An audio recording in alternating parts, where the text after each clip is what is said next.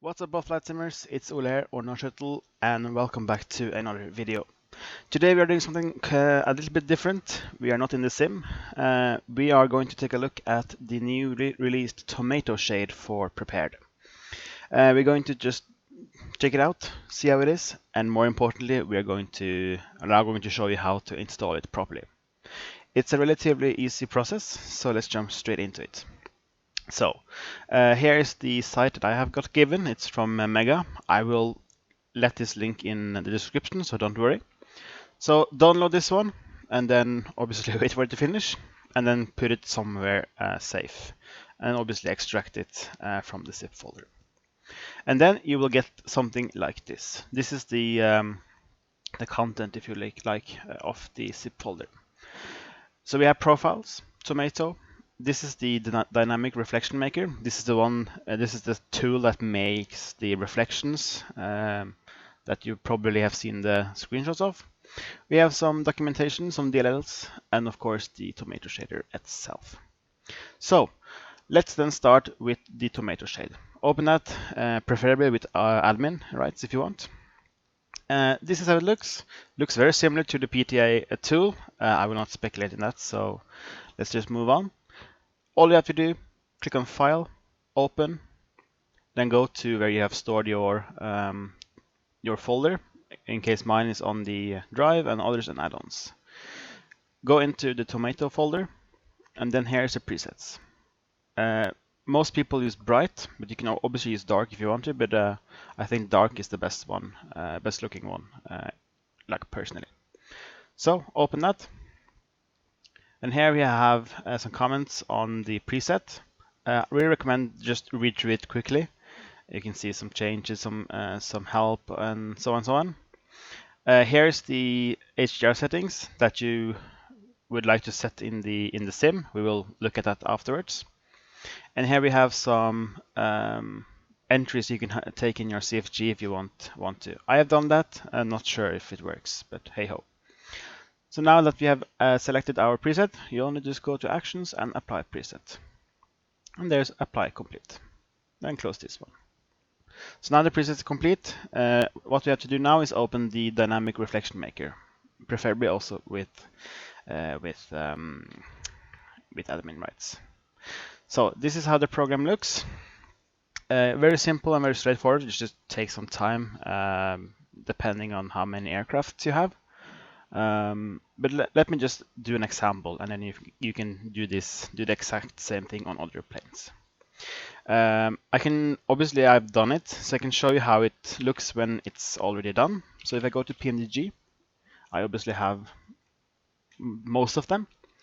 Now you see I have loads and loads of liveries, and you can probably think like, oh, do I have to do this on all liveries? Don't be afraid, you only have to do it on the base package. So for example, if on the PMDG you want to do it on the house, on each aircraft. But let me just show you one that's very easy to apply. The good old FS Labs. So as you can see, I already done it, but let's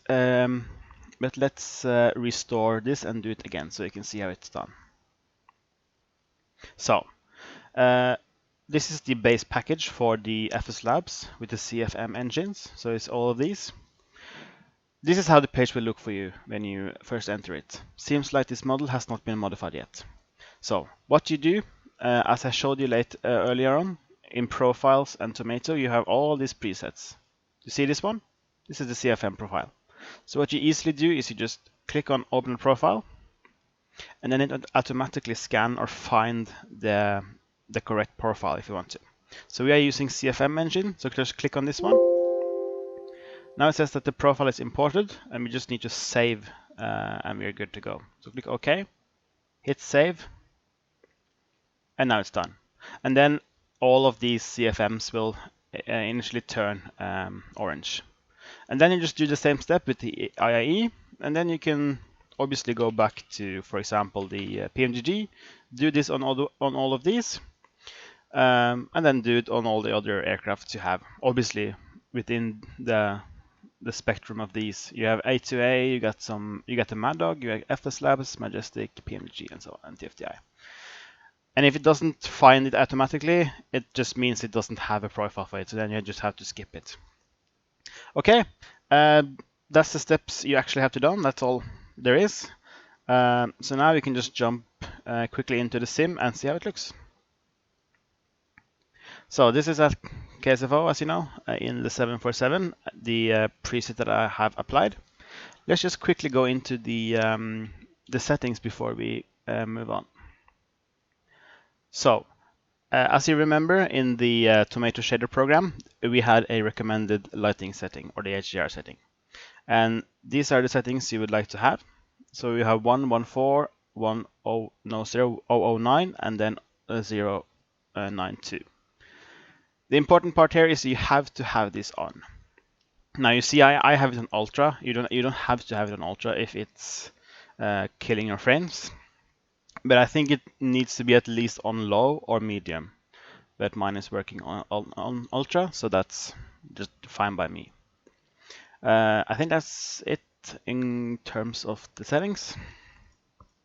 So this is how it looks. You see now I don't have any AI traffic or anything, just the plain enemy. You turn on the SAN as well.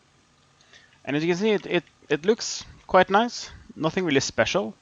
But what's really cool is when you get to, when it gets darker or in the night. Let me just check if I have the nav lights and the logo lights. Cool. So you can see now here, if I do this, you can see the frame counter here. So around 35 to 40. I mean, that's outside, bear in mind. But very good at all. Now if you just go to time preview, you can see it starts to become a little bit more reflection, but not quite. You see it when I move around. You can see it here, that it actually reflects the stuff around. You can see it on the wing as well, if you see here, and on the fuselage. Look at the engines. And then obviously it actually looks quite good in the night as well. Fairly good. This is of course flight beam KFSO, so it's really nice. I do have dynamic reflection. Dynamic lighting on, so that as well. But yeah, that's really how you do it. Hope this was easy and that you have made it work. And please give a like, a thumbs up, and subscribe for more content. And I shall see you in the next one. Bye!